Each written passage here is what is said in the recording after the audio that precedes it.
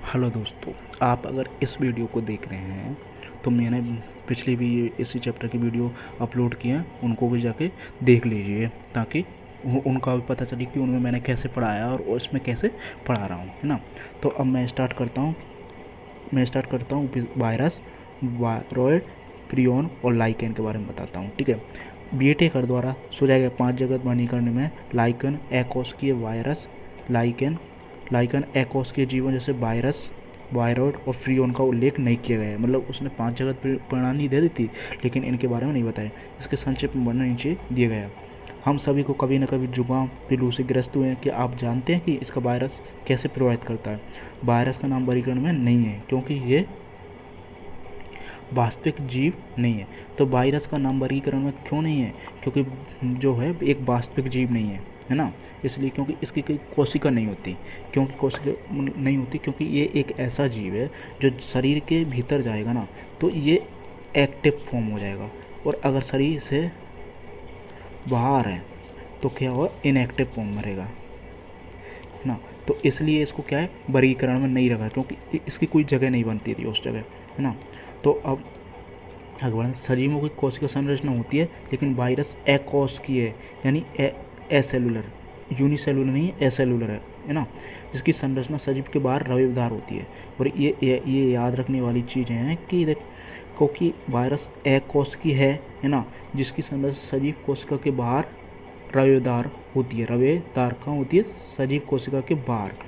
एक बार जब कोशिका को संकुचित कर देते हैं तो ये मेजबान कोशिका की मशीनरी का उपयोग कर अपनी प्रतिकृति बनाता है, यानी अपने आप को डेवलप करता है। यानी डेवलप का मतलब ये होता है कि अपना डिवीजन करता है और मेजबान को मार देता है। क्या आप जानते हैं कि वायरस को सजीव और निर्जीव कहेंगे? यानी इनके बीच की कनेक्टिंग लिंक इसको बोल सकते हैं। ठीक है, वायरस का अर्थ क्या होता है? यानी वायरस का अर्थ है विष अथवा विषैला तरल, जो कि ना होता है। वायरस का अर्थ क्या है? विष और विषैला तरल होता है।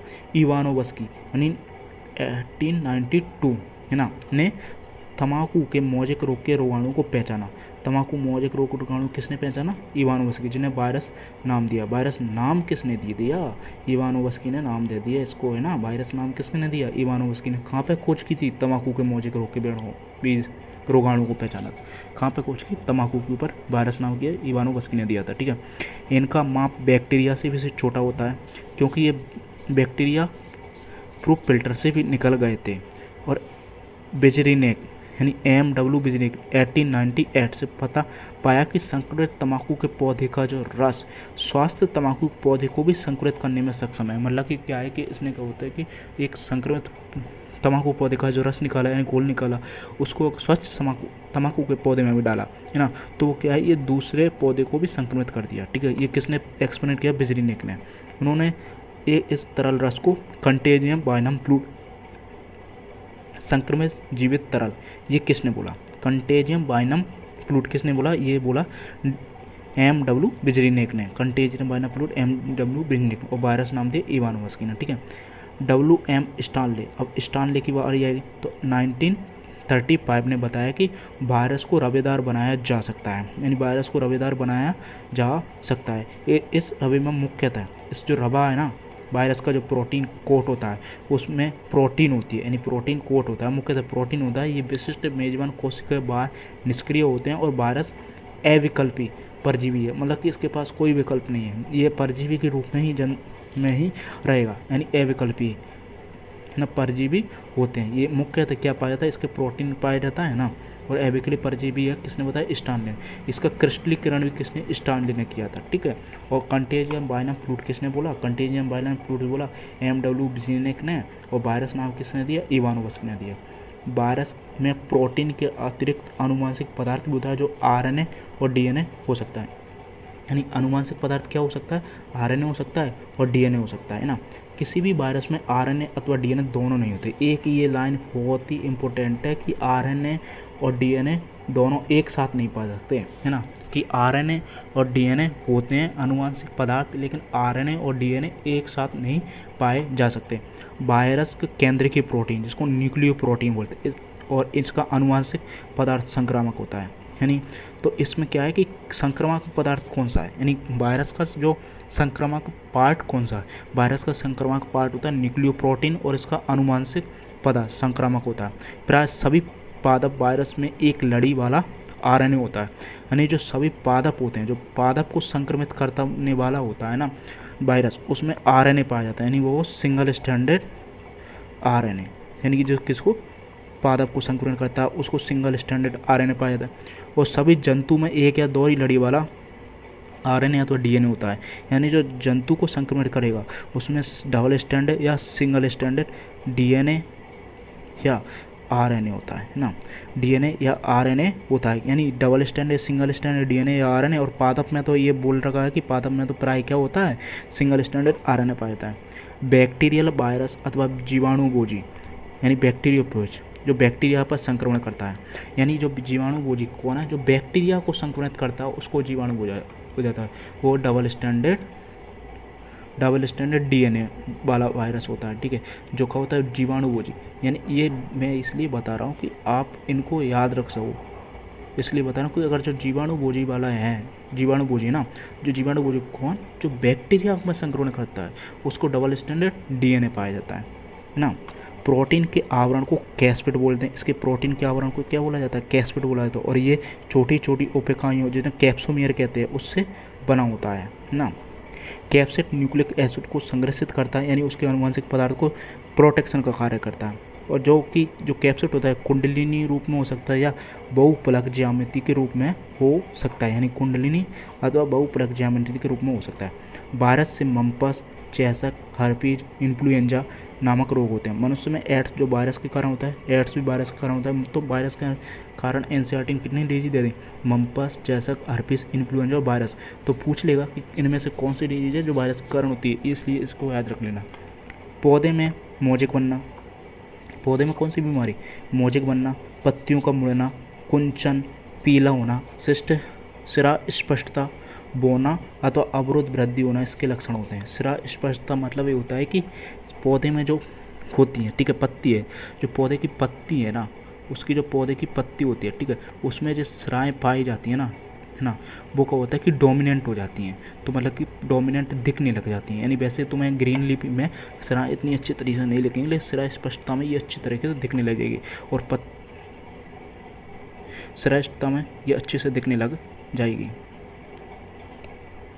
है ना। सिरा स्पष्टता में ये अच्छे से दिखने लग जाएगी ना।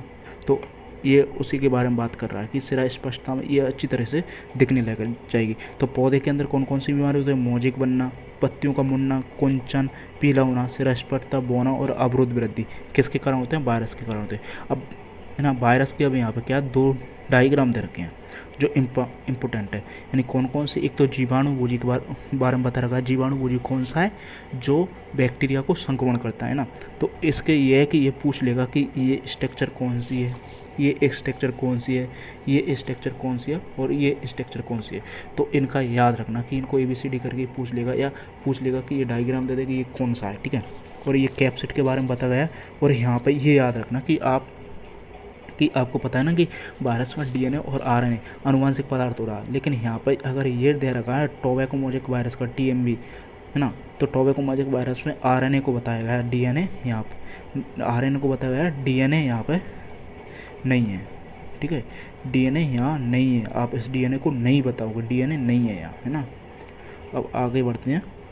वायरॉइड को 1971 टियोडाइनर ने एक नया संक्रमण खोजा जो वायरस से भी छोटा है। यानी वायरस से भी छोटा है, तो बैक्टीरिया प्रूफ फिल्टर से तो ये गुजर जाएगा, जिसके कारण टोबैको स्पिंडल ट्यूमर रोग हो रहा था।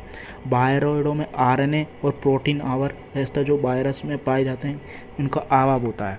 और वायरॉइड में क्या होता है कि वायरस में आरएनए नहीं पाया जाता, है ना, प्रोटीन आवरण होता है वो पाया जाता है, ठीक है। वायरस में रुको सॉरी यहाँ पर वायरॉइड होता है ना, उसमें आरएनए नहीं पाया जाता, प्रोटीन आवरण नहीं पाया जाता, है ना। यहाँ पर जो कंफ्यूजिंग तरह से लिख रखा है, लेकिन इसमें क्या होता है कि आरएनए तो क्या आरएनए तो इसके अंदर पाया जाएगा, है ना, आरएनए प्रेजेंट रहेगा, जबकि जो प्रोटीन है वो एब्सेंट रहेगी, है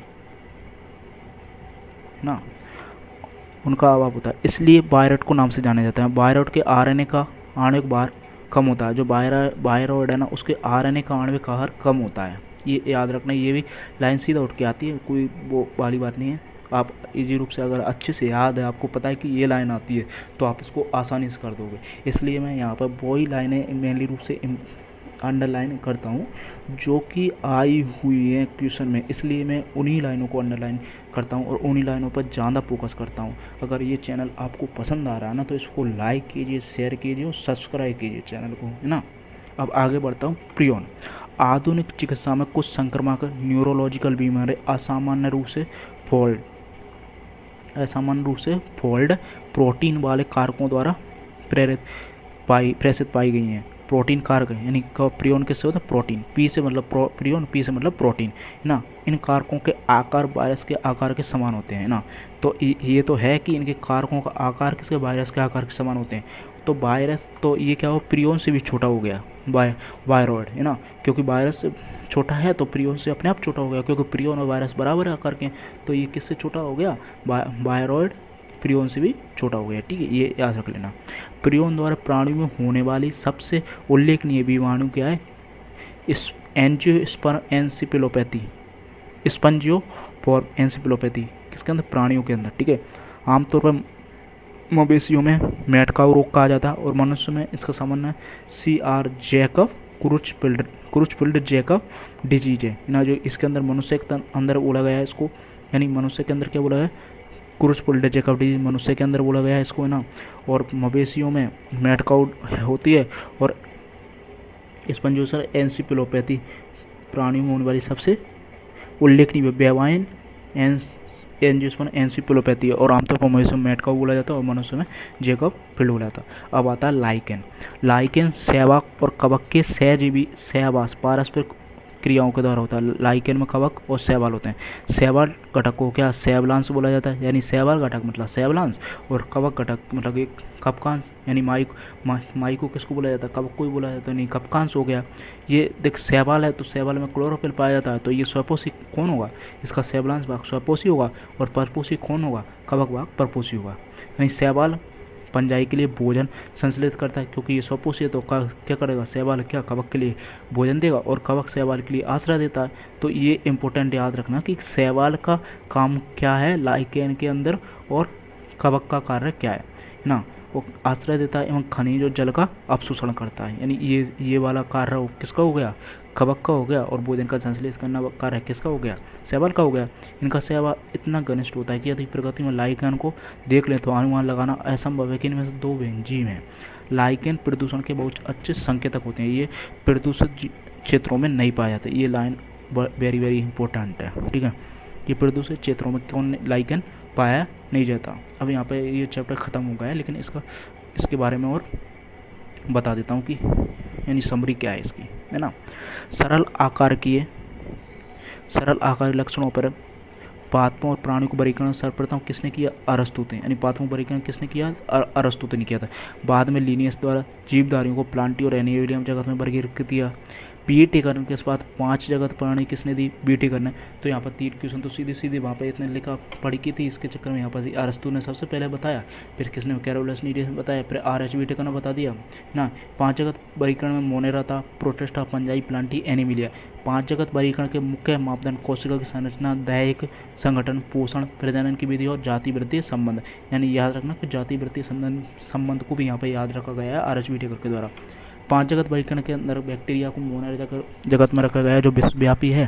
इनमें उपापचय संबंधी विविधता सबसे ज़्यादा होती है, इसलिए क्या होता है? आकार की तो सरल होता है लेकिन इनमें व्यवहार इसका जटिल होता है। जटिल क्यों होता है? कि उपापचय यानी इनका जो पोषण प्राप्त करने की विधि है वो अलग बहुत सारी होती है, इसलिए बैक्टीरिया पोषण की विधि स्वपोषी परपोषी होती है, ठीक है।